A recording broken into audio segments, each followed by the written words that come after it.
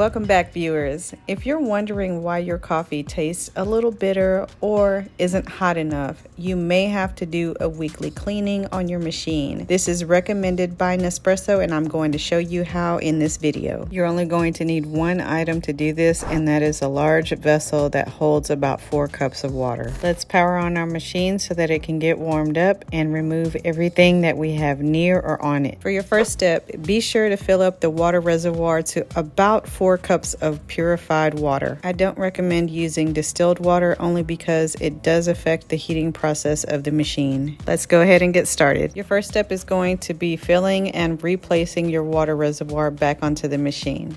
Next, you're going to power on your machine and wait till the green light turns solid. Activate the brew button by opening and closing the hood. Now you're going to press the brew button 3 times within 2 seconds to activate the rinse cycle. You'll notice an orange light begins to flash. It takes just a few seconds for the cleaning process to begin, but once it starts, be very careful because the water will come out steaming hot. You might be wondering why Nespresso recommends that you do a weekly cleaning. Well, let me show you. This rinsing process gets to the parts that you can't get to manually, as you can see by the water. It's a little dingy, and this will affect the taste of your coffee as well as the heating temperature. The rinsing process cycles 3 times, so be sure not to move the container until it's done. Pro tip, doing a weekly rinse cycle will ensure that your Nespresso machine lasts longer and works at its optimal best. It also keeps all of the interior parts in top condition and working as they should. I didn't empty the water container during each cycle, so you may not be able to tell, but each rinse cycle is running cleaner water than the first. The entire rinse cycle can take up to 5 minutes, but it can also be stopped at any point in time by simply pressing the Nespresso brew button. Now that all 3 rinse cycles have completed, the orange light will stop flashing and it will turn solid green.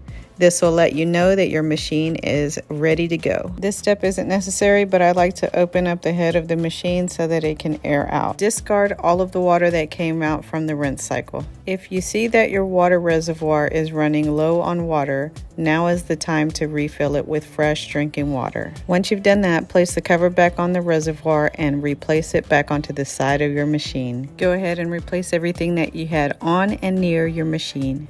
Your Nespresso is now ready to brew a fresh cup that tastes great. Thank you all for watching, and join us again for more videos.